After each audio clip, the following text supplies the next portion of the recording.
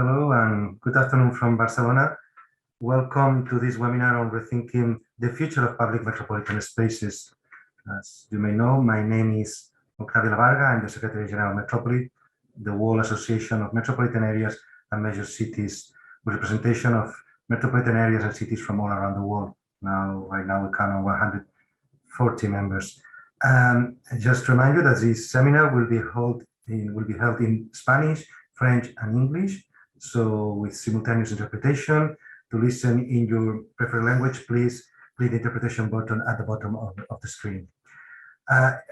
This webinar, it's part of two moments. One, as you see, is part of the World Metropolitan Day that we'll be celebrating tomorrow, the 7th of October, when we commemorate the Declaration of Montreal, which was a contribution of Metropolis towards the UN Habitat 3 Summit. And it's also the result of part of a project that we are doing in partnership with Brussels Capital Region in terms of rethinking public space for sustainable metropolitan future. And this comes as well together in a political call, a policy call that we launched last year, which is called, if it's redundant, a call to rethink metropolitan spaces. During the pandemic and now in the aftermath of the pandemic and recovery process, all the constituency of Metropolis, our members, came together to say that we are confronted to think how we've been developing our urban strategies, how we've been developing our cities and metro areas. And one of the critical issues is how we shape public space. Public space has become a critical point of our cities. It's the place where people meet, it's the place where things happen. And for me, public space is the soul, is where you feel the soul of a city, of a metro area. So that's critical that we sort out issues related around public space and inequalities and as well access, among other issues. As well, I would like to share with you that for this project, we have created a dedicated working group on public spaces, which includes Brussels Capital Region as the lead partner, Medellin, the Metropolitan Area of Barcelona, Montreal, and Seoul Metropolitan Government. And we're working together to produce a comparative study providing an analysis of policies and projects led by Metropolis members in relation to public space. As you see, we have a representation of members from different regions of Metropolis, because that's what we want to aim, to bring together different perspectives and different approaches and to learn from each other, and as well to contribute to find solutions to the challenges that public space is posing to all of us in our territories. To this session, we will take a closer look at the remaining, the future of public spaces, by discussing two questions, basically. Today, the debate will be around two questions, and that's what we're going to ask to our panelists, and then, of course, we'll have an open debate. The first question is, what does the future of public metropolitan spaces look like? Is it going to look, it's already changing public space? Are we going to shape public space in a different way in the coming future? And the second question is, how will we connect the dots between global urban agendas and the realities on the ground? You know, we still are on the framework of the Agenda 2030 with the Sustainable Development Goals, the New Urban Agenda, the Paris Agreements, and other global agendas that places urban development at the center and puts a lot of pressure on local leaders in order to answer to these global agendas, that they want to shape the future of humanity, and they also want to answer to the challenges that as humanity we are confronted. So, as said, we'll hear from representatives from cities that are leading the way on this front, Brussels, as said, Capital Region, Montreal, and the Metropolitan Area of Barcelona. So, and I'm pleased today to welcome Pascal Smet, Secretary of State of the Brussels Capital Region. We have to say as well that Brussels Capital Region is really committed with Metropolis. They are regional vice presidents for Europe and the treasuries of our association. We have as well Lucie, Careau, Director of Urban Planning Department in Montreal. Montreal as well is part of the board of directors of Metropolis. They hold the co-presidency, one of the co-presidency. In the past, they were presidents of Metropolis. And of course, we have as well Gassull, Director of Public Space Services of the Metropolitan Area of Barcelona, another very, very committed member of Metropolis. They are also holding a co-presidency right now. So just before getting started, a few housekeeping words. You can use the chat window to comment or report any technical issues through the webinar, throughout the webinar, sorry. And if you have tech issues, contact directly Metropolis Secretariat through the chat function on private message. This webinar, as you notice, is being well recorded and will be available on Metropolis website. And as well, we are on live via our channel in YouTube.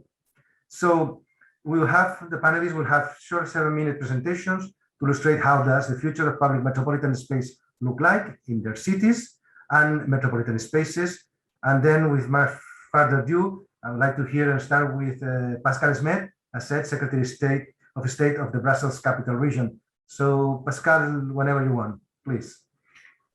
Thank you, Octavi, and nice to see you, and greetings from a very rainy Brussels today. It really is, autumn has arrived over here, but the coming days it will be better. But anyway, that's good to be inside and explain how we see public space and the future of cities in Brussels. I'm going to share quickly a presentation, and I'm going to let it show you first. So I'm Pascal Smet. I'm responsible now for urbanism, international European affairs as the Brussels Capital Region, and also for heritage in Brussels. Before that, 10 years, I used to be responsible for mobility and public works in the city, which in some way I'm still, because with urbanism, I'm the one who delivers the permits, gives the authorizations to do the work on mobility and public works. So it's really still hats on the things.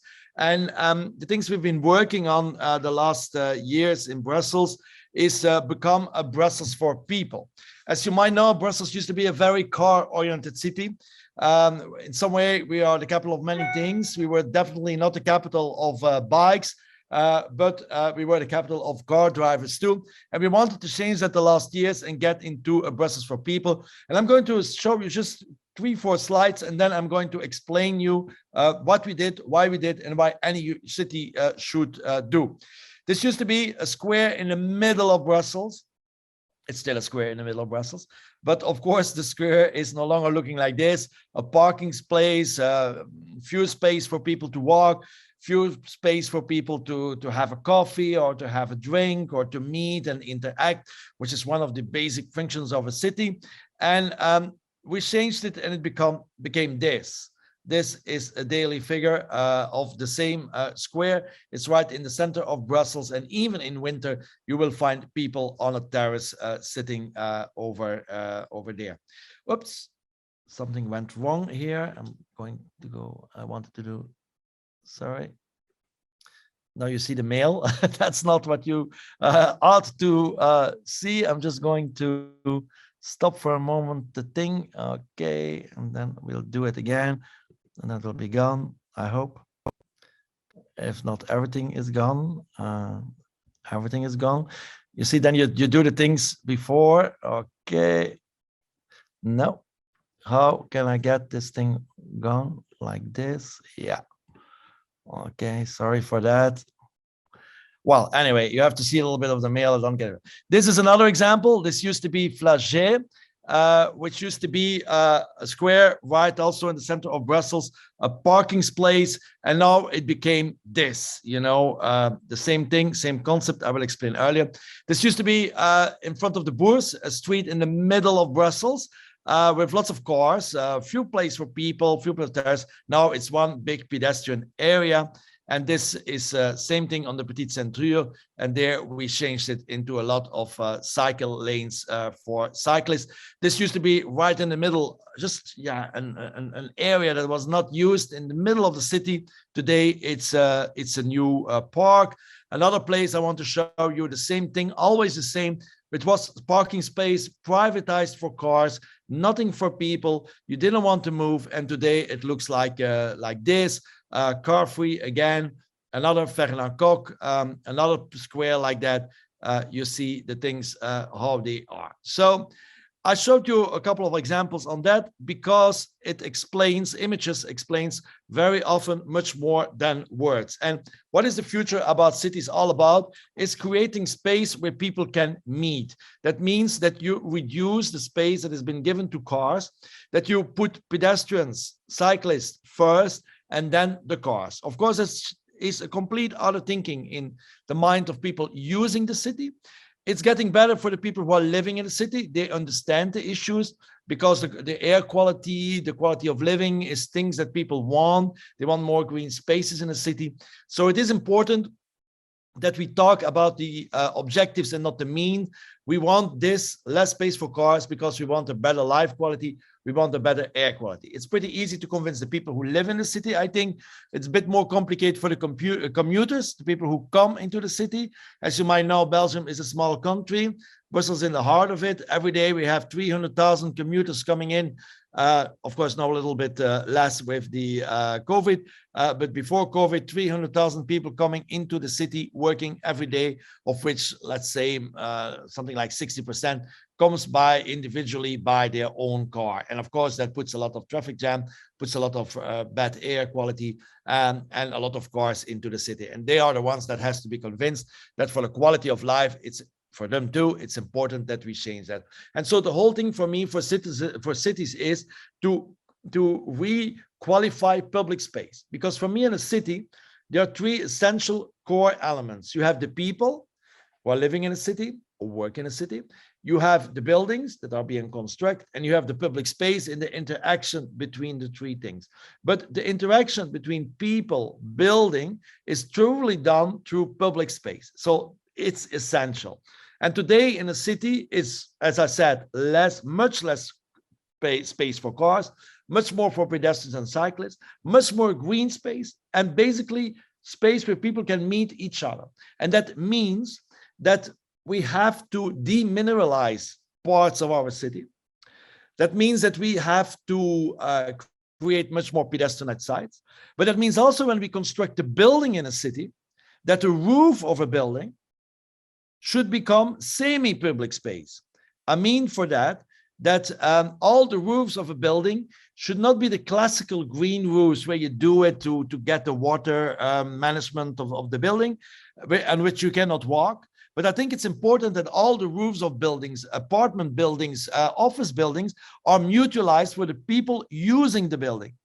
So when they have a lunch pause, they can go up to the roof and have a drink and have a cigarette if they still want to get rid of their lungs, or they can, they can do activities there. They can sit, enjoy the view. So I think that it's not only public space in the classical sense of the word, it's also creating extra space above buildings. And that's something that we want to do systematically.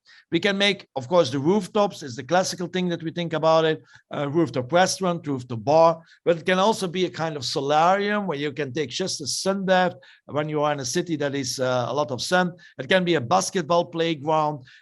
It can be just a rooftop garden for people of the building. So I think it's important in cities too that we take that into account. So the combination of that, the redesign of public space on a human-based scale, combined with extra public space, makes our cities other places. And I think that's the big challenge. I think that many European cities are now going in that direction. I know that Montreal is also going into that direction.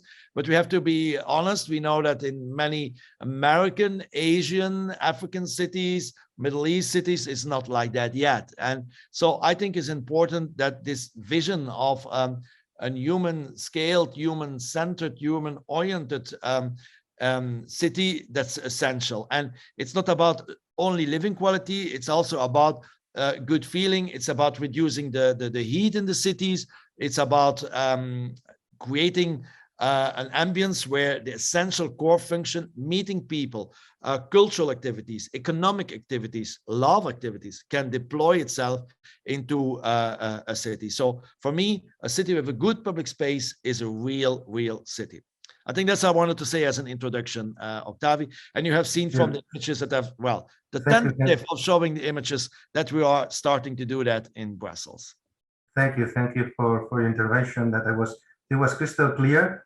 This idea of city for people, which connects with something that the mayor of Bogota also says always, is like, we need to rethink our cities and they have to be people-oriented, people-centered. And we have done that for many years. We have not been developing our cities oriented to people. I think this is more or less the same message. I'm sure we have some questions for the debate, but I just want you maybe to clarify something, and maybe later on we can develop them. Is one, you mentioned the issue of how to relate to people, that were affected by these changes in public space, with citizens, commuters. Which kind of communication campaigns you were doing from Brussels Capital Region to to shift mindsets, no? Because I think sometimes it's when you're doing this transformation, there's a lot being at stake in these debates and exchanging information.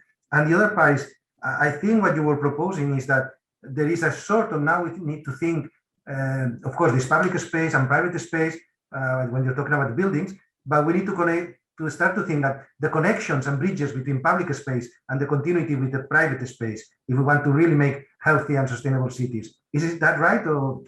Yeah, it's right what you said. And also, how did you do it? Is by making people happy against their will once in a while. And what do I mean with that? Not a kind of dictatorship, things like that, but you develop just simply good projects, and there will be opposition. And then you let people dream by the images. You know, people don't understand maps. They don't understand architectural designs. They want to see images to understand. So you give them hope. You let them dream. And then when you do the project, there will be opposition. But once when the project is done and it's a good project, people will like it. They will be happy. And by multiplying projects like that, and maybe sometimes go against the will of some people, you will show that you have leadership and that you make a better city. And in the end, who can be against a better city? So I think that's the thing. The first part of your question, second part of your question, yes, it's absolutely essential that public and private space are very well connected with each other. And that's the whole integration of buildings and public space. That means that the first how you say that in English, the first floor, the ground level of a building is so essential to give a safe feeling in public space, to give access to public space. So that's the thing that in the past in cities was not always well thought through neither. So I think this interconnection between public and private space is essentially, yes, and avoid privatization as much also of private space. What do I mean with that? When you have inner courtyards, don't give to everyone in the building a little piece of this courtyard or this garden. Make a collective garden. I think we have to make inside buildings much more collective gardens, collective courtyards, and not individual parts of it. Thank you for these clarifications. I think you have provided a lot with food for think, and I think they will have some questions after for the debate with information. Now we're moving to Montréal. We have with us Lucie Careau, directrice de planification urbaine, du département de planification urbaine. Merci beaucoup. Bonjour pour vous. Là. Bonjour. Voilà, comme vous voulez. Merci. Alors, très heureuse d'être avec vous aujourd'hui et de retrouver les participants de Metropolis avec qui on a déjà collaboré plusieurs fois. Donc, je partage mon écran rapidement. Voilà. Donc, tout d'abord, ce qui vient d'être présenté par M. Smet de Bruxelles, nous sommes tout à fait dans cette philosophie-là aussi, il l'a dit à Montréal, évidemment, redonner les lieux publics aux gens tout d'abord, faire moins de place à la voiture, mais je vais me concentrer aussi aujourd'hui sur la place de la nature en ville. Hein. On est dans une perspective donc de changement climatique, d'adaptation au changement climatique, de réduction des gaz à effet de serre. Donc, tout ça pour nous, à Montréal, c'est devenu un enjeu majeur sur ces nouveaux espaces publics-là, à quel point, justement, ils vont procurer des lieux de nature en ville. Vous le savez, au Québec, on a la chance encore d'avoir des grands espaces naturels, mais à Montréal, c'est une ville qui s'est développée pendant longtemps, comme toutes les villes industrielles, sans arbres et sans végétation, donc avec énormément de place minérale. Et on essaie de réduire ça le plus possible, justement, pour avoir une meilleure atmosphère, et disons-le comme ça, ou de qualité de l'air plutôt, et une gestion de l'eau adéquate aussi, qui demande qui a moins d'impact sur nos infrastructures. Mais un autre élément qui nous fait réfléchir énormément, et ça, c'est arrivé même bien avant la COVID, c'est l'équité territoriale et le partage de cet espace-là à l'intérieur de la ville, avec les enjeux qu'on a évidemment dans toutes les villes de pauvreté et de personnes qui n'ont pas de lieu pour se loger. Donc, cette occupation-là qui a commencé au début des années 2000 des espaces publics dans nos villes nous amène aussi à réfléchir sur l'itinérance ou la place des gens qui n'ont pas de lieu pour se loger et où ils vont s'installer sur l'espace public justement pour signifier leurs besoins et clarifier avec les autorités municipales qu'il n'y a pas d'espace, que c'est pas vrai, qu'il n'y a pas d'espace pour tout le monde en ville et qu'un droit fondamental comme le logement n'est pas adéquatement répondu, fait en sorte que les lieux publics deviennent des lieux habités, disons-le comme ça, et qu'il faut considérer tous les besoins majeurs à l'intérieur de ces lieux-là. Je sais qu'en Europe, plusieurs villes répondent mieux à ça en termes de services à offrir, dont les toilettes publiques, etc., aux gens, mais nous, on a un bon bout de chemin à faire aussi sur l'appropriation des lieux publics et la gestion. D'autre part, la COVID, vous le savez tous, nous a amené à revoir aussi l'espace qu'on donne aux gens dans les lieux publics, particulièrement dans les quartiers très denses, très peuplés, où dans l'adéquation, malheureusement, c'est les lieux où il y a moins d'espace disponible de parcs et c'est ce qui était très utilisé justement en période de COVID, puisque les gens ne pouvaient pas se rassembler nulle part. Je pense que ça s'est produit dans plusieurs villes où il y a eu des mesures de confinement. En tout cas, à Montréal, nos parcs étaient littéralement surutilisés et c'est pas parce qu'on n'en a pas de parcs, mais en plus, il y avait des quartiers où il y avait très peu de grands espaces publics dans lesquels ils pouvaient profiter et rencontrer des gens, donc avoir une vie publique plus étendue. Donc, surutilisation des parcs, évidemment, vient avec les dégâts que ça crée sur les écosystèmes des parcs et le niveau d'entretien nécessaire. Puis, ça va aussi dans le même sens de ce que je disais tout à l'heure sur l'occupation d'espaces publics par plusieurs types de populations qui ont des besoins qui sont des besoins fondamentaux et des besoins majeurs. Donc, à quoi servent nos espaces publics dans cette perspective-là?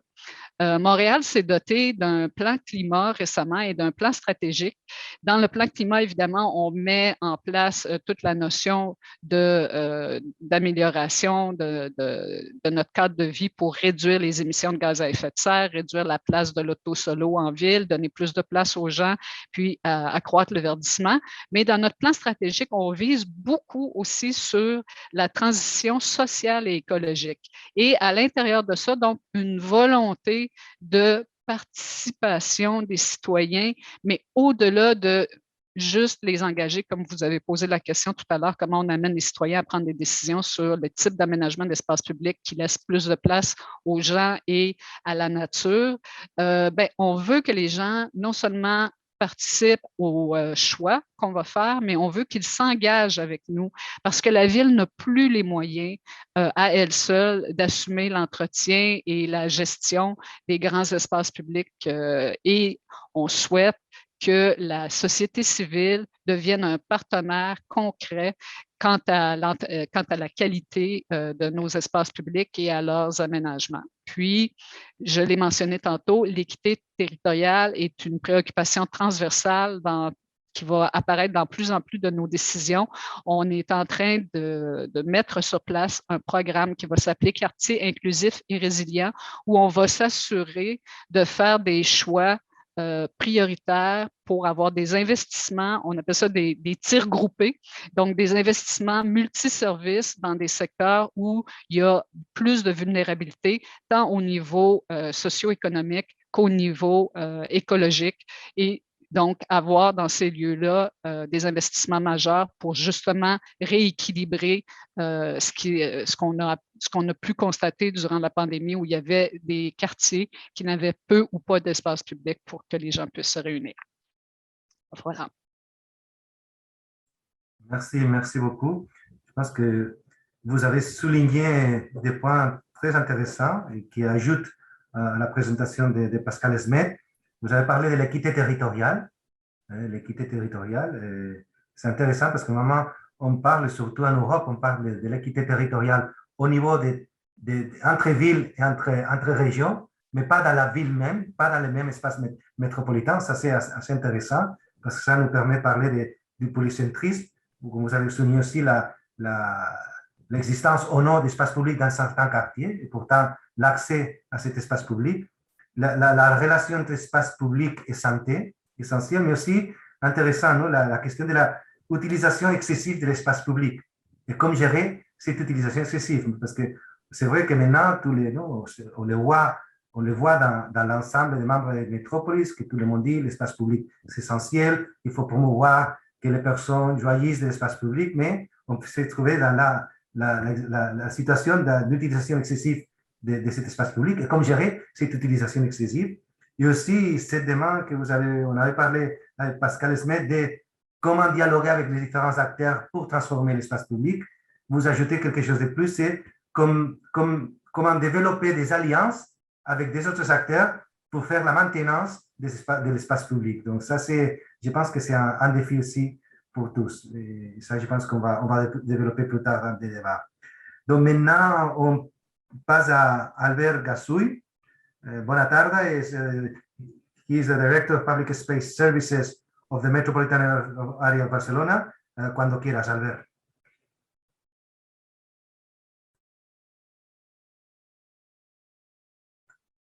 Creo que ahora. Buenas tardes, ya está.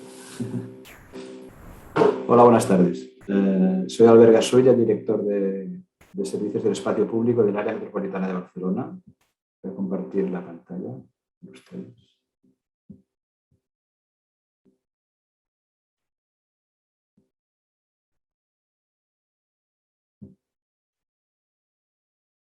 Bien, ante la pregunta que se plantea, a mí me gustaría pensar que el futuro de nuestra área metropolitana es aquel que estamos proponiendo desde espacio público desde hace tiempo. Es un espacio público más sostenible, inclusivo y resiliente, saludable, accesible, adaptable a usos múltiples, sostenible ambientalmente, pero no solo en términos de consumo, sino también de renaturalización, de mitigación de la isla de calor, de gestión del agua o de promoción de la biodiversidad. En este sentido, el área metropolitana de Barcelona, que es un territorio con un 52% de espacio abierto, de espacio libre, que tiene 900 kilómetros de contacto con el espacio construido, entendemos que este contorno, esta conexión entre el espacio construido y el espacio libre son zonas de gran oportunidad para integrar la naturaleza en la ciudad, que es lo que parece o lo que tenemos intención de hacer, como veremos más adelante en algún ejemplo. Bueno, el área metropolitana son 36 municipios, la mitad de la población de Cataluña vive en el área metropolitana de Barcelona. En espacio público hacemos básicamente dos cosas. Una es el mantenimiento integral de los parques metropolitanos. Hay 52 parques, casi 3 millones de metros cuadrados de superficie de parques y unos 30 kilómetros de playas repartidos en 42 playas, que reciben más de 10 millones de visitantes al año. Yo creo que es importante hablar de este mantenimiento por la forma en que lo hacemos y la forma en que lo tratamos. Es decir, en las playas estamos trabajando con zonas dunares que no solo nos sirven para preservar o regular un poco el movimiento de la arena, porque tenemos un grave problema de recesión de las playas y de pérdida de arena, sino que además son potenciadores de la biodiversidad en el mismo ambiente. Y el mismo tratamiento que hacemos en los parques, en los cuales el agua, por ejemplo, no está tratada y también los estanques están naturalizados.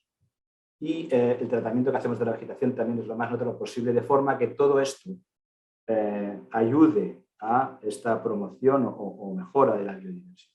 Esto va acompañado además de una serie de acciones de educación ambiental que se dan en las escuelas y para las familias, organizadas desde el área metropolitana, que ayudan a poner en valor todos estos conceptos. Más allá del mantenimiento, también trabajamos en proyectos y obras que realizamos en la área metropolitana. Este es un ejemplo como el de Bruselas, que hemos visto varios, donde en el mismo centro de una de las ciudades metropolitanas, una zona que estaba destinada absolutamente a aparcamiento se convirtió en este espacio verde para las personas. Nosotros también decimos que el espacio público es para las personas, es nuestro eslogan, de alguna forma es el punto de partida siempre de mi explicación de qué es el espacio público y cómo tratamos el espacio público, ¿no? Me ha hecho gracia oír esto también por parte de Pascal, Smet, porque era un poco el mismo punto de partida. Cuando hablábamos de cómo introducimos el verde en la ciudad, este es un ejemplo concreto en Santa Coloma de Gramenet. Santa Coloma de Gramenet linda con uno de los ríos que limitan el área metropolitana, y aquí se ha hecho un ejercicio a través del cual se intenta llevar la naturaleza desde el río hacia el interior de la ciudad y en realidad conectarla con la Sierra de Marina, que es la montaña que hay detrás, que puede ser natural. De esta forma intentamos renaturalizar las calles en la medida de lo posible e introducir esta vegetación en el territorio urbano. Lo mismo en otros casos, como en este caso de un torrente en otra población que se convirtió en un parque. El tratamiento que se da es siempre lo más natural posible, no hay artificialidad, porque entendemos, y esto parece que es una cosa que con la COVID la gente entendió, que no hay que ir recortándolo todo para tenerlo en un estado de revista especial, sino que la naturaleza en sí nos ofrece suficientes cosas como para aprovecharlas en este sentido. Y también hablábamos antes de inclusividad, pues claro, el tema de la inclusividad, que es un tema complejo, en este caso es un ejemplo de un parque infantil inclusivo donde todos los niños, sean de las características que sean, pueden jugar y disfrutar del espacio. Por tanto, el espacio es para las personas, pero debe ser para todas las personas y por eso debemos intentar hacerlo al máximo accesible y utilizable por el máximo número de personas posible. Y evidentemente no nos olvidamos para nada de la movilidad sostenible, que es el elemento que tiene que vertebrar y estructurar la nueva movilidad urbana, bien sea a través del uso de vehículos de transporte sostenibles o la potenciación del transporte público, que es otro de los aspectos que también tratamos. Este es un ejemplo de una vía, digamos, la vía ciclable que enlaza Barcelona con Esplugas, un punto complejo porque es un nudo viario complicado en el cual había una ruptura brutal entre las dos ciudades si no se pasaba directamente en coche a través de una autopista.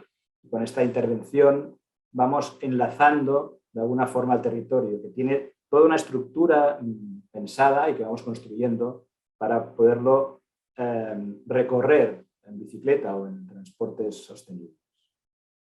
Pero todo esto lo hacemos además a través de, no solo las actuaciones no son sostenibles por sí mismas, sino que además las hacemos utilizando un protocolo que hemos construido nosotros mismos que a través de 6 áreas y 19 criterios nos permite evaluar el impacto ambiental que tienen todas y cada una de las decisiones que tomamos a la hora de hacer un proyecto y además nos limita a nosotros mismos o potencia determinados conceptos, ¿no? Hay límites en cuanto pues, consumos de agua, límites en cuanto a consumos energéticos, límites en cuanto a demanda energética, pero también hay obligación de utilizar recursos naturales en casos de agua, por ejemplo, o energías renovables, etc.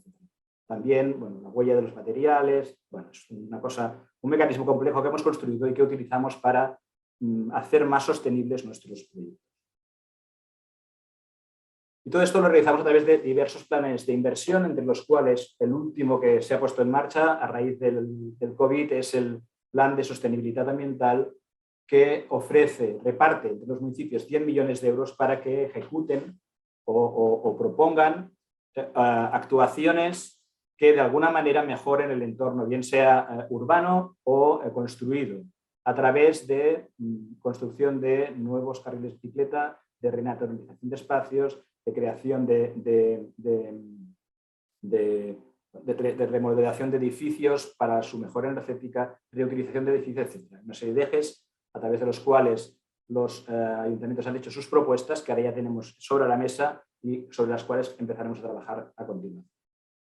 Bueno, y todo esto se enmarca lógicamente dentro de lo que es la agenda urbana española, que cuelga de la agenda urbana y del objetivo 2030, en el cual estos 5 puntos son los que tendrían que ver directamente con los aspectos relacionados con el cambio climático, con la regeneración urbana, con la reducción de consumo, etc. Y hasta aquí un poco la presentación. Muchas gracias. Perfecto, muchas gracias. Aquí también yo creo que es interesante también desde esa perspectiva metropolitana, ¿no? Si al menos he entendido bien cómo el espacio público puede jugar un elemento vertebrador, ¿no? Que ligaría seguramente con el concepto también de equidad territorial que nos planteaba Lucie. Hay un elemento, yo mejor que nos podrías explicar más, porque la área metropolitana es la administración local de segundo nivel, ¿no? Que agrupa 36 municipios, pero no los fusiona, ¿no? Entonces, ¿cómo se hacen este tipo de intervenciones de espacio público en concertación, diálogo con los municipios? ¿La ciudadanía también interviene? ¿Cómo articuláis estos procesos de cambio de espacio público? Sí, es complejo desde el punto de vista que desgraciadamente no tenemos la capacidad de actuar sobre el territorio según nuestros... Como lo haríamos si tuviéramos realmente, si la área metropolitana fuera una ciudad, podríamos actuar sobre el área metropolitana como ciudad y por lo tanto podríamos tomar decisiones más globales o más transversales, ¿no? Claro, nosotros trabajamos básicamente a través de los planes de inversiones. Los planes de inversiones son recursos que se ceden, son subvenciones que se dan a los ayuntamientos en realidad. Y entonces los ayuntamientos lo que hacen es con este dinero pedirnos a nosotros a qué quieren dedicar. Nosotros intentamos orientar las cosas hacia aquellas cosas que más interesan, pero claro, en definitiva al final son los ayuntamientos quien decide qué actuación haremos y cuál no haremos, ¿no? En el caso del PSA es mejor porque sí que hay que ceñirse a unos ejes concretos y por lo tanto no puedes hacer cualquier cosa. Tienes que hacer alguna cosa que de alguna manera mejore nuestro entorno desde un punto de vista ambiental, ¿no? Entonces, esto está más acotado. Y también a veces gestionamos fondos europeos, con lo cual esto nos permite abordar proyectos de interés metropolitano, pero siempre a través de los municipios mediante la concurrencia competitiva. Es decir, nosotros planteamos, por ejemplo, mejoras en el paisaje urbano. Entonces hay una dotación de la Unión Europea que gestionamos nosotros, y entonces lo que hacemos es pedir a los ayuntamientos que nos propongan qué proyectos quieren hacer, ¿vale? Y se financian en una parte por la Unión Europea, una parte por fondos FEDER o otros tipos de fondos. Pero es verdad que no hay, o sea, así como desde el planeamiento sí que se está trabajando a escala metropolitana y se hace un planeamiento negociando con cada municipio global, nuestro trabajo generalmente, salvo contadas excepciones, se ciñe a actuaciones muy concretas en los municipios. Gracias. And you are connecting with your answer connects with one of which we're already starting to have some questions. And one is linked about the funding.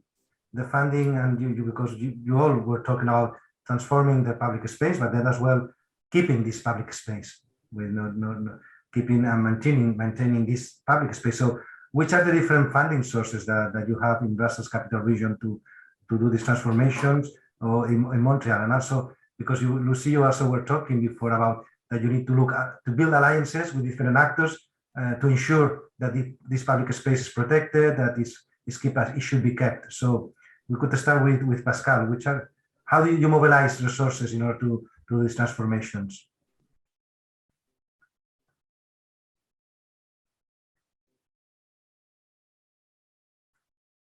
C'est une question pour moi?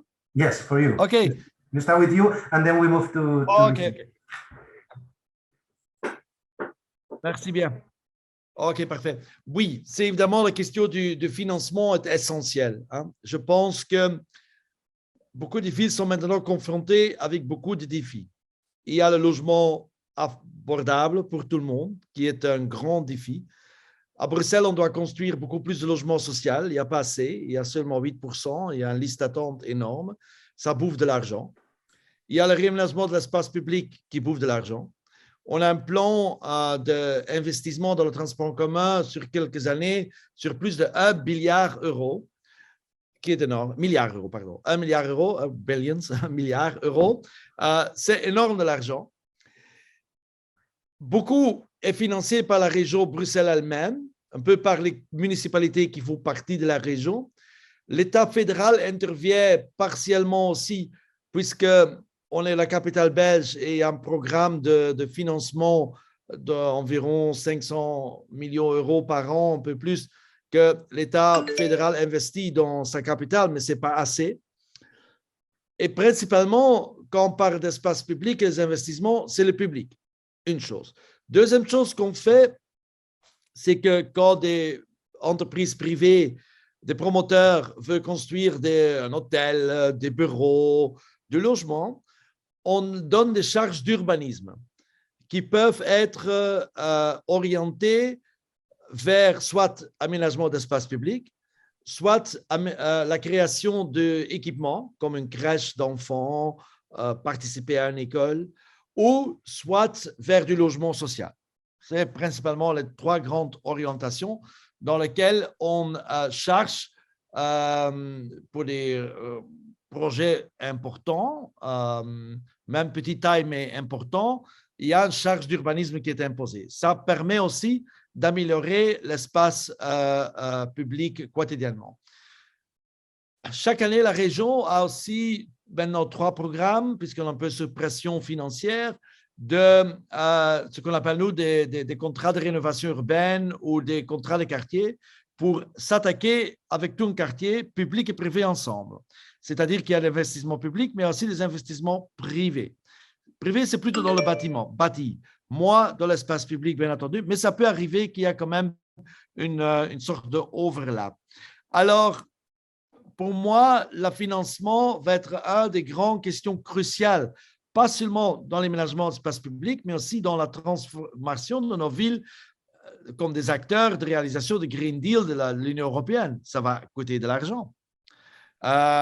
Et tout ça sera un grand défi dans les années qui viennent. Et moi, je pense, dès le moment qu'une ville fait un investissement durable sur le long terme, qui améliore vraiment structurellement la qualité de vie, que l'Union européenne doit être plus souple pour les règles de déficit des États. Je pense que c'est important que cette flexibilité qu'on a pu voir dans le cadre du Covid, dans les règles budgétaires de l'Union européenne, on accepte aussi dans la réalisation de ce programme urbain. Merci. Lucie, quelle est votre approche à Montréal pour le financement de ces transformations et aussi pour la maintenance de cet espace public? En fait, on a certaines similarités avec ce que M. Smet vient de présenter sur Bruxelles en termes de justement d'aller chercher de l'argent privé.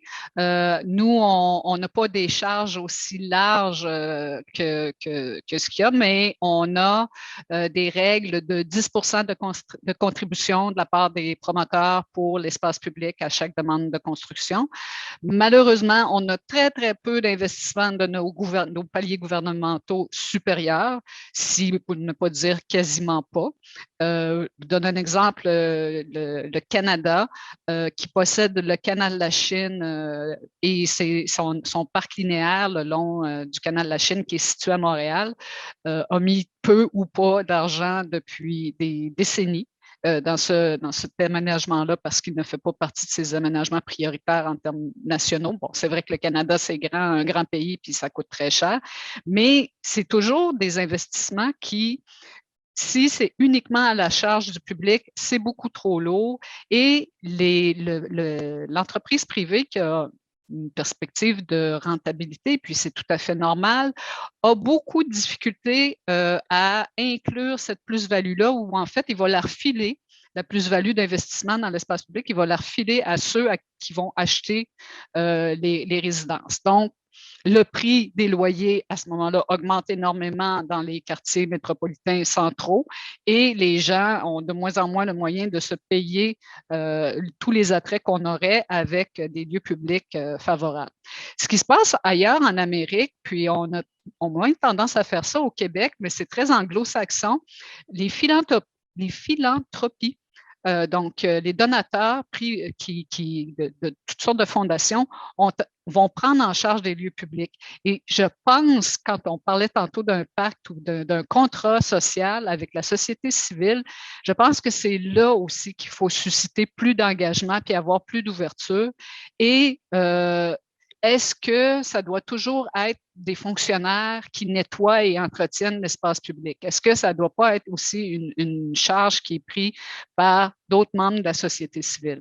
Donc, parce que l'espace public coûte cher à aménager sur le coût, mais en plus, puis ça, on l'évalue très, très rarement dans nos budgets, il coûte excessivement cher à entretenir à long terme. Et c'est là qu'il faut trouver peut-être d'autres sources de financement qui ne sont pas uniquement publiques.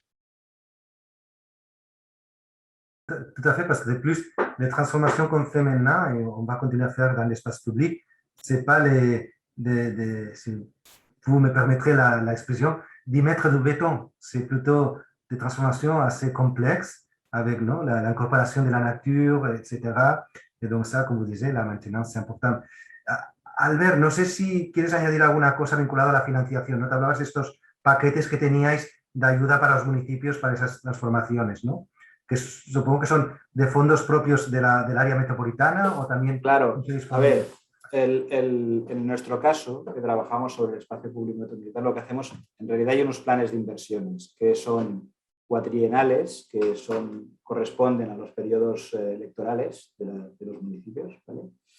Entonces, lo que ha habido en los últimos años, los últimos mandatos municipales, ha sido el PACTE, que es el principal plan de inversión del área, que son 100 millones de euros, que se reparten entre los municipios en función de su número de habitantes, de la renta por cápita y alguna cosa más. Hay una fórmula que reparte este dinero entre los municipios, que son los que ellos pueden utilizar para actuar no solo en el espacio público, en inversiones de cualquier tipo vinculadas a los edificios también, y también hacemos piscinas, polideportivos, bibliotecas, centros culturales, ¿vale? Además de trabajar sobre el espacio. Y que no todo se centra en el espacio.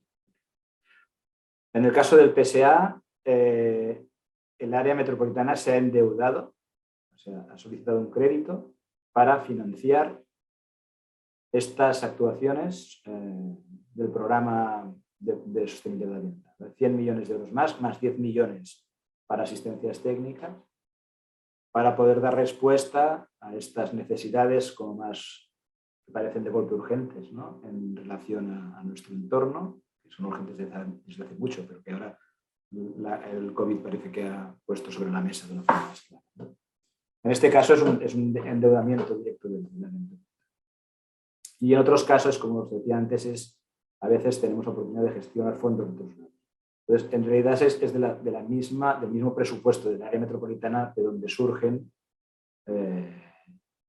la mayoría de inversiones en el espacio público o en equipamientos. Gracias, muchas gracias. Han surgido dos preguntas.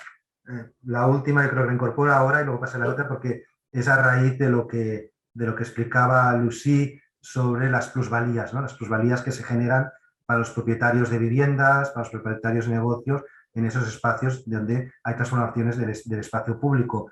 Y ahí la pregunta sería, ¿qué medidas, ¿no? Yo sí creo que lo he apuntado un poquillo, ¿qué medidas, bueno, primero, si habéis observado ya procesos de gentrificación en estos lugares donde ha habido transformaciones profundas de ese espacio público y qué medidas se pueden adoptar o se están adoptando para prevenir esa gentrificación, ¿no? Y la expulsión, como se comentaba, porque sería una contradicción, ¿no? De estamos haciendo una inversión en espacio público para hacer, ¿no? Que las comunidades puedan tener una vida más sostenible, de más calidad, de crear entornos más convivenciables, más inclusivos, pero al final el efecto puede generar lo contrario, ¿no? Que se expulse a los habitantes de ese barrio, de ese distrito, por el incremento de los precios de vivienda, por el incremento de los precios de alquiler, que negocios tengan que cerrar, ¿no? Entonces, la pregunta sería, ¿qué elementos creéis o qué estrategias se pueden incorporar para frenar esa gentrificación, ¿no? Y que al final el resultado de esas transformaciones de espacio público vayan en contra del objetivo final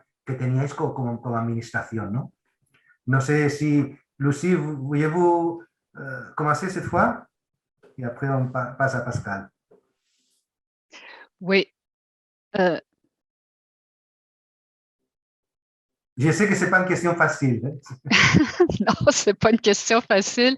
Et c'est le problème majeur, et c'est pour ça que j'ai parlé d'équité territoriale dès le début.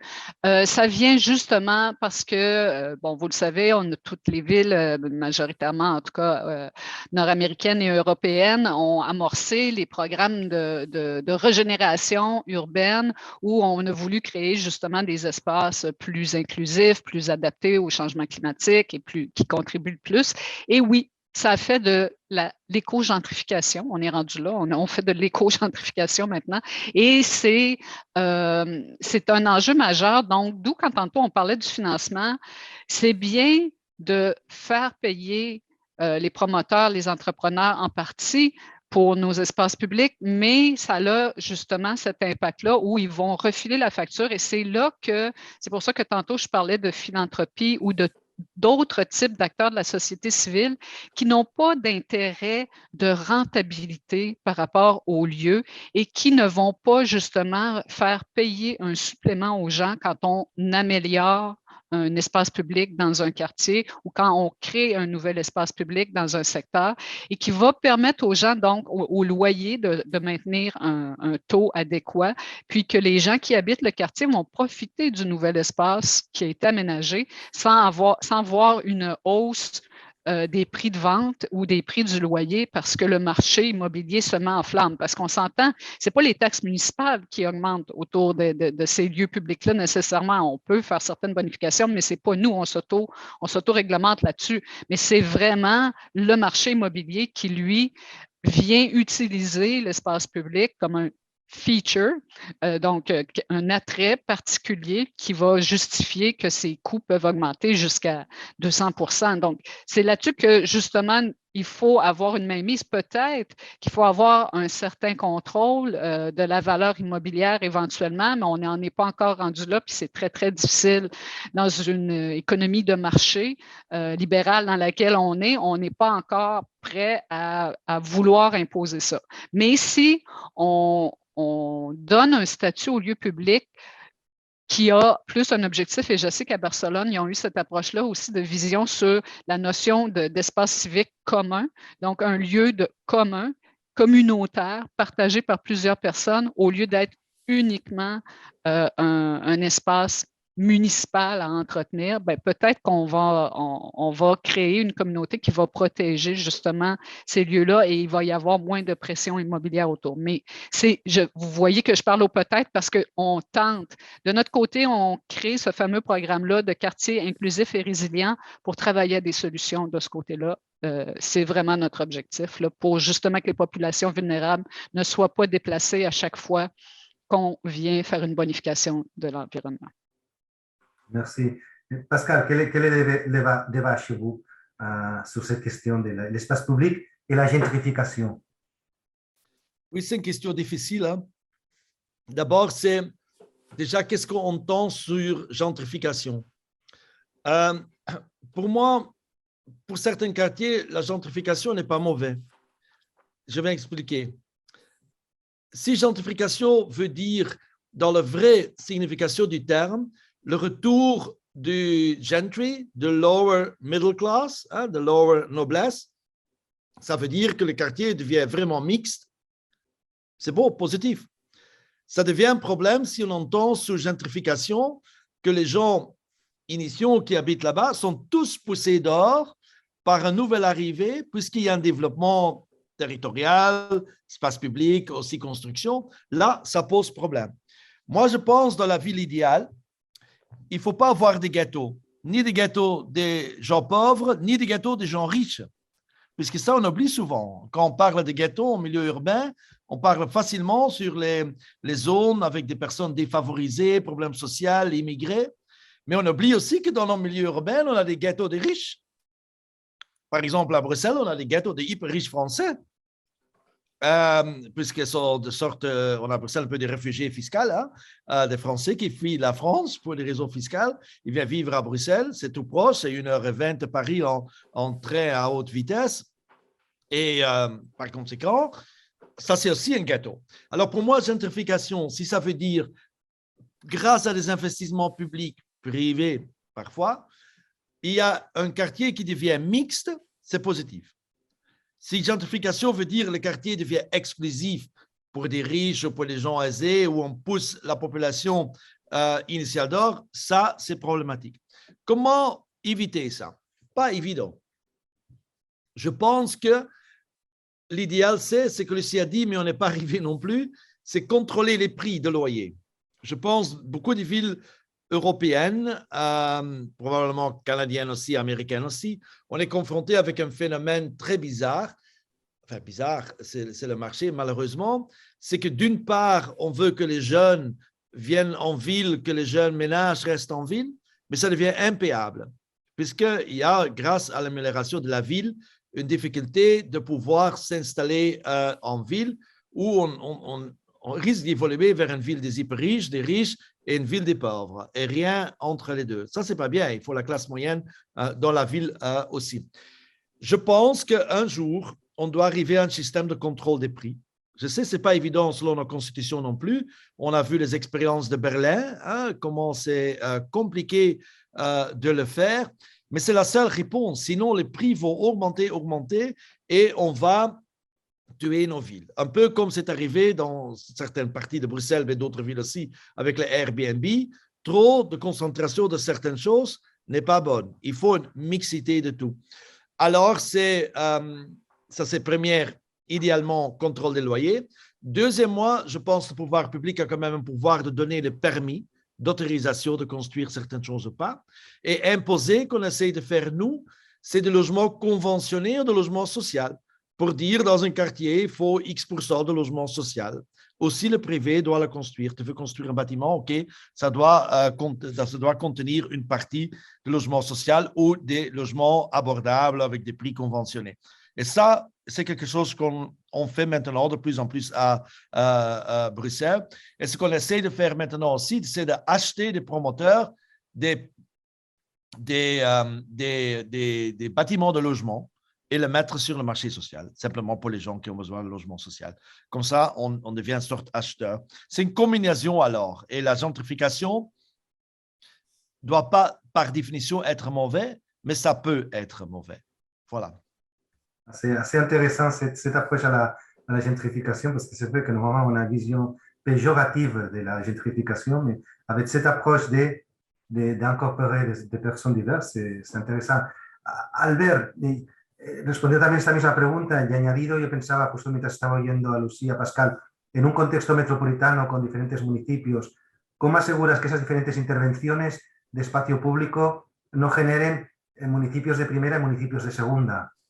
Bueno, a ver, yo creo que lo primero que hay que hacer es intentar no responsabilizar el espacio público de la gentrificación. O sea, todo el mundo tiene derecho a un mejor espacio público, al mejor espacio. Por lo tanto, tenemos que poder dotar a todos los barrios, todas las ciudades de la mejor calidad en el espacio público. Esto yo creo que tiene que atacarse desde una política de vivienda. No es para nada mi territorio, pero en realidad, o sea, aquí sí que existe un mecanismo que se llama las zonas de vivienda tensa, que si una zona se declara de vivienda tensa, permite regular el precio del alquiler, y ya es mucho, ¿vale?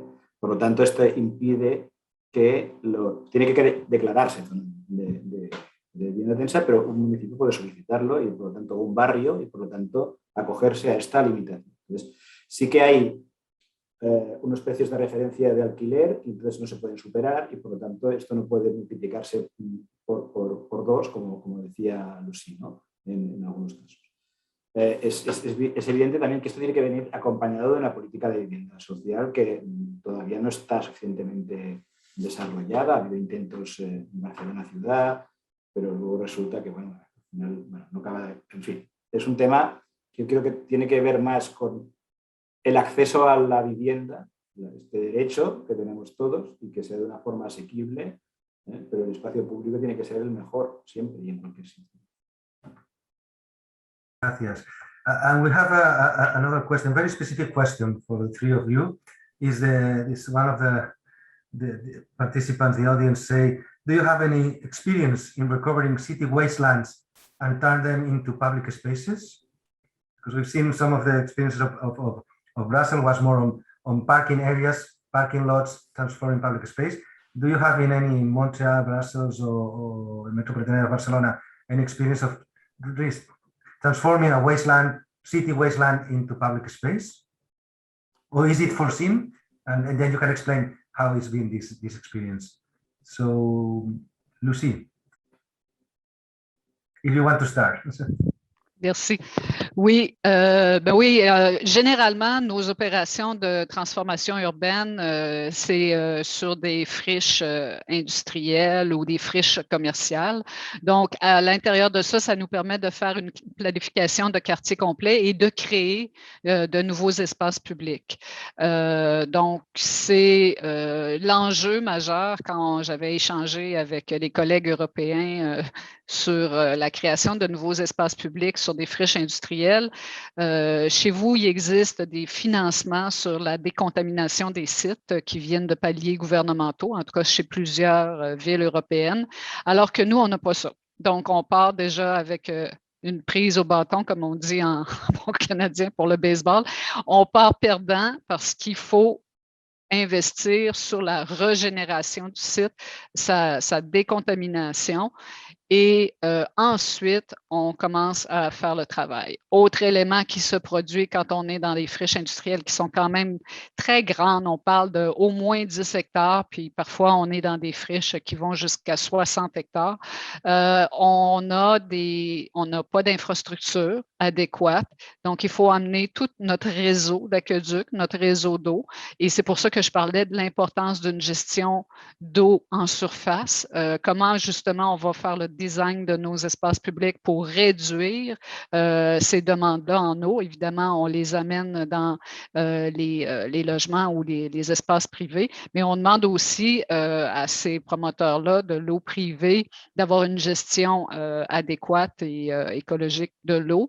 Donc, parfois, l'espace public devient un lieu où on gère la rétention et le traitement de l'eau, mais on n'en est pas encore au traitement des eaux grises, là, mais on fait certaines expérimentations à ce sujet-là. Donc, tout ça, le fait d'être sur une friche industrielle, c'est fantastique parce qu'on part puis on crée des nouveaux lieux. Souvent, ces friches industrielles-là se retrouvent dans des quartiers, justement, où on a une population juste du middle class ou des gens à plus faible revenu. Et c'est pour eux que c'est bénéfique d'avoir ces nouveaux espaces-là. Par exemple, on a rempli une carrière qui était un ancien grand dépotoir d'au moins 20-25 hectares, puis on en a fait un grand parc presque aussi grand que le Mont-Royal, dans un quartier où il n'y avait peu ou pas d'espace public. Donc, c'est fantastique, mais encore là, tout ça vient du fait que, bon, à partir du moment où on a fait ça, on a eu des investissements majeurs pour faire ça, bien, il faut s'assurer du maintien de la population autour pour qu'elle puisse en profiter. Parce que ces wastelands-là, ces friches-là se retrouvent vraiment dans des quartiers autour qui sont déjà consolidés avec des personnes qu'on ne veut pas chasser. Donc, d'où la préoccupation justement sur l'équité. Mais je reviens pour dire que ça nous amène à faire des investissements majeurs en termes de décontamination et d'infrastructure. So it's added cost in this transforming then this wasteland in public spaces. And Pascal, vous avez aussi des expériences similaires à Bruxelles, capitale de la région, de transformer ces espaces industriels pollués de déchets dans la ville? Oui, on a fait ça évidemment aussi. J'ai donné tantôt un exemple en pleine ville où c'était, je peux rapidement le remontrer si vous voulez. Regarde, c'est en pleine ville, c'était comme ça, hein, c'était vraiment à pied, peut-être 7 minutes de la grande place de Bruxelles. Hein, c'était ça, ancienne industrie, et c'est devenu maintenant ça. on a recréé un parc évolutif, c'est-à-dire qu'il n'y a pas encore grand-chose, mais on a voulu les gens utiliser le parc et sur base de leur utilisation, leur donner la possibilité de développer le parc. À côté, je veux quand même, puisque je partage plus ou moins ce que Lucie a dit, c'est vrai que chez nous en Europe, c'est un peu différent puisque les villes, parfois, avec les régions, ont la possibilité financièrement de développer ces friches, ces terrains. Mais on a quelque chose de très expérience que je vais partager avec vous à Bruxelles, ça s'appelle la friche Josephat.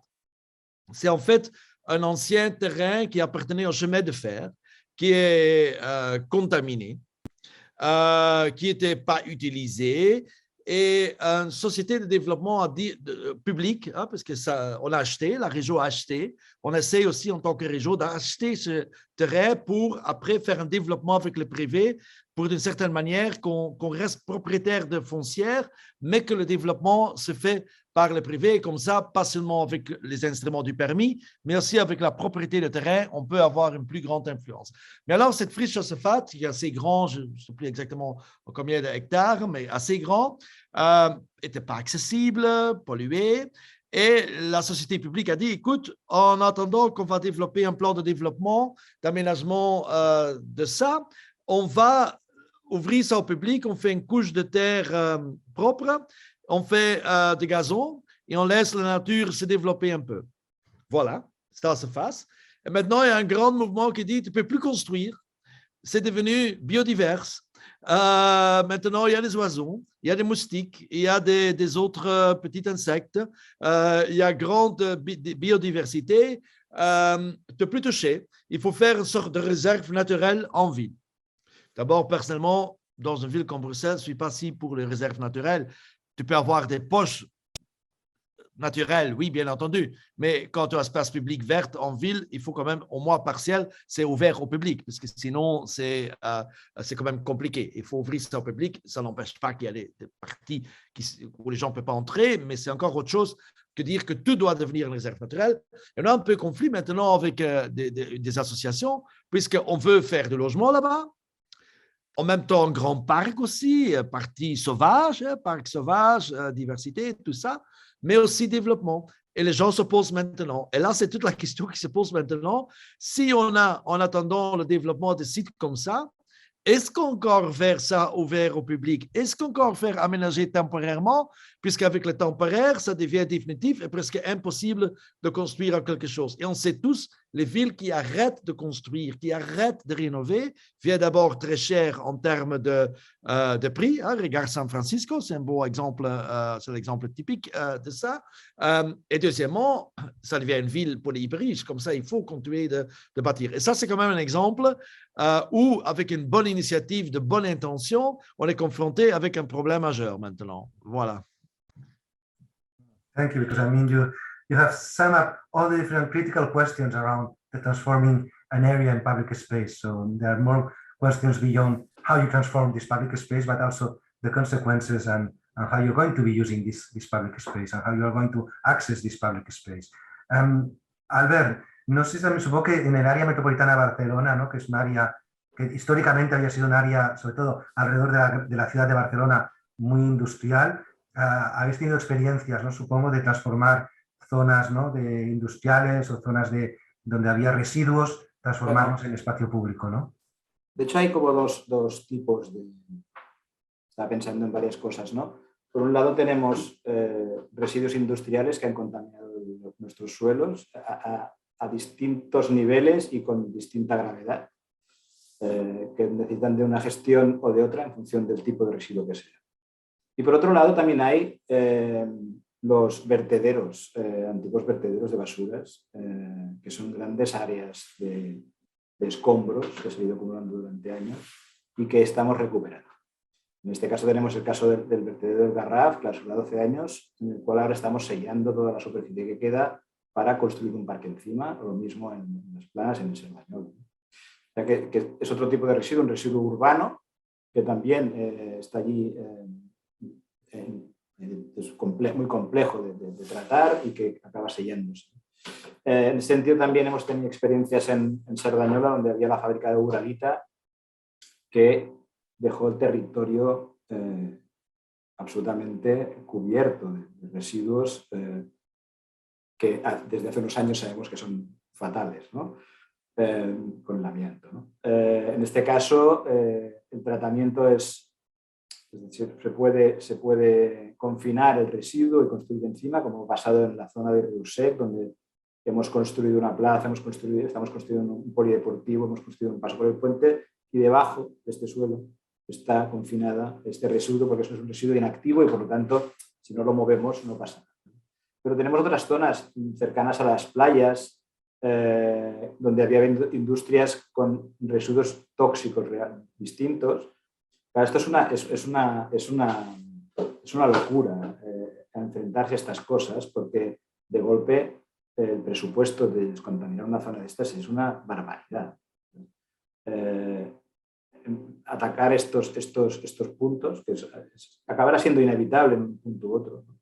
Siempre son así. Sin ir más lejos ahora, en San Adrià hemos tenido una obra parada durante más de un año por un tema de residuos contaminantes que ahora estamos gestionando y estamos retirando, pero no había noticia o no se nos había comentado y al empezar la obra se localizan estos residuos, la obra se tuvo que parar y por lo tanto hay que descontaminar toda la zona, vaciarla de estos residuos, ¿vale? Para terminar esta obra, que es una rambla en una ciudad metropolitana. Por lo tanto, a veces hay incluso sorpresas, hay cosas controladas y cosas no tan controladas.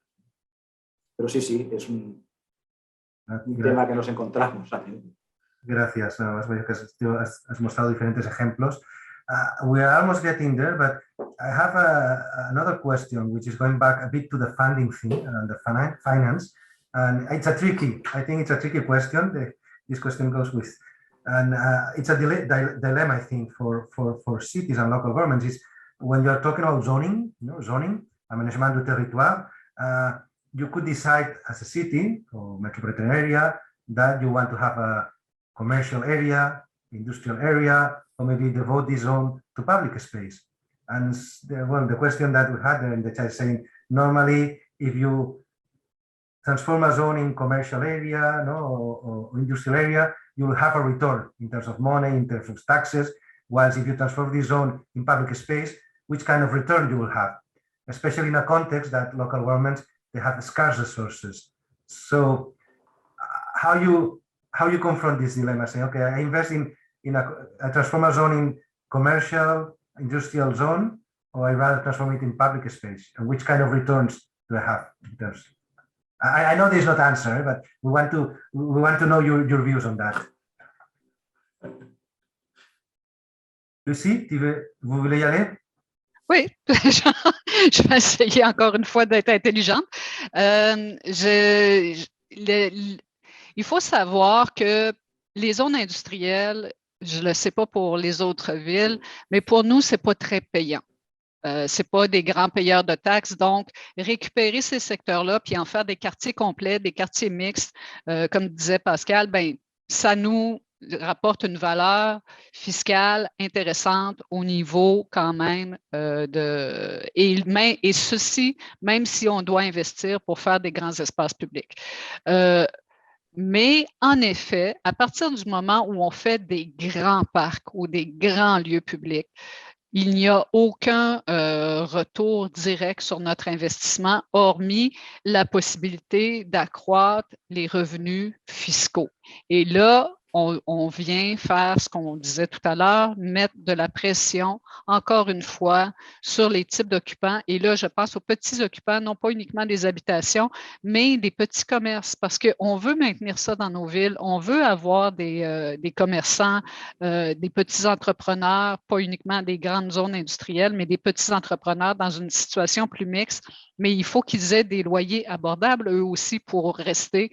Et là, le dilemme se joue toujours là-dessus, plus on va investir dans un espace public, plus on va créer une valeur ajoutée, plus au niveau fiscal, on veut avoir des retours parce qu'on a bien beau dire oui, on pourrait contrôler les loyers, mais nous, en tout cas à Montréal, au Québec, les municipalités, le seul revenu qu'elles ont, c'est le revenu foncier sur la fiscalité. Et ça, c'est épouvantable et ça ne devrait pas être ça. Et pour faire de la transition sociale et écologique, ça n'a plus de sens. Donc, il y a une réflexion à avoir à un niveau supérieur, je pense.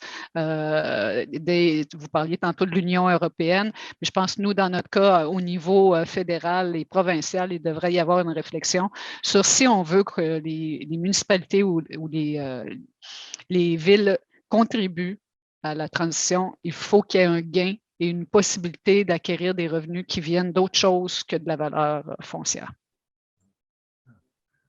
Merci. Pascal, je ne sais pas si vous voulez ajouter quelque chose sur ce point. Non, pas vraiment, non. OK. Albert? No, en realidad está fuera de mi I ámbito de trabajo. No, but I think Lucie has been very clear that we need a different approach. A different approach is not only thinking in terms of revenues, it's not only thinking in terms of revenues, but this more large picture of different gains that the city can gain and the return that the city can gain having these public spaces, and as well the debate about other different resources that the city could access, and not thinking only in terms of le foncier, as you have said, that normally is only the main source. So far has been the main source of revenues for many cities. And just the final question, and you, because this been very, I think you've been really been very helpful and giving us a lot of insights on this debate.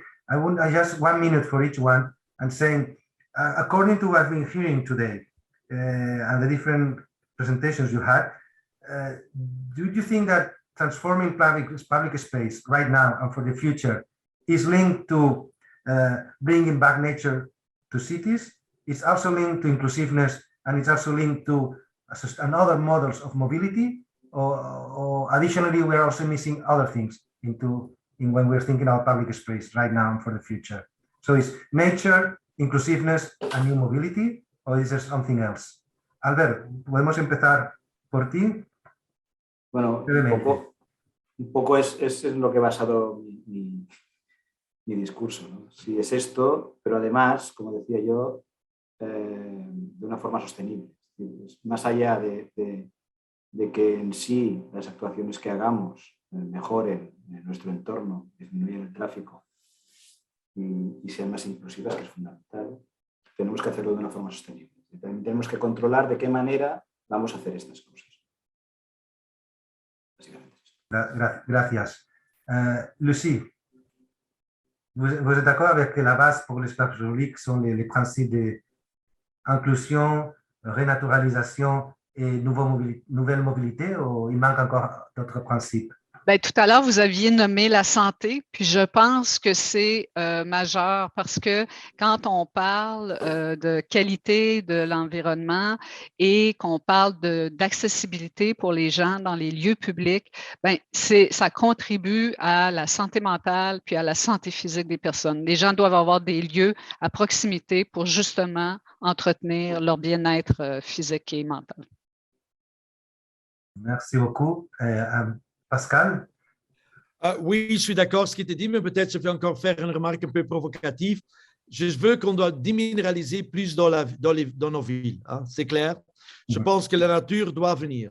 Mais on ne doit jamais oublier qu'on est dans une ville.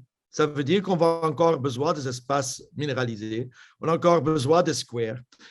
Et quand j'entends certains parler, j'ai parfois l'impression qu'on a des campagnards, les gens qui veulent vivre à la campagne, qui veulent vivre en ville en pensant qu'ils sont toujours à la campagne. Et ça c'est pas une ville non plus. Hein. Je provoque un peu, hein, puisque sur le principe, je suis absolument pour qu'on fait ça. Et moi, j'aime le concept que Singapour fait finalement, a city in the garden. Hein, mais ça reste une ville. Et ça, j'ai parfois l'impression maintenant, surtout chez une certaine tendance politique, je ne veux pas nommer, qui veut absoluter tout, et que la ville doit presque être anéantie. Ça, ce n'est pas la réponse non plus.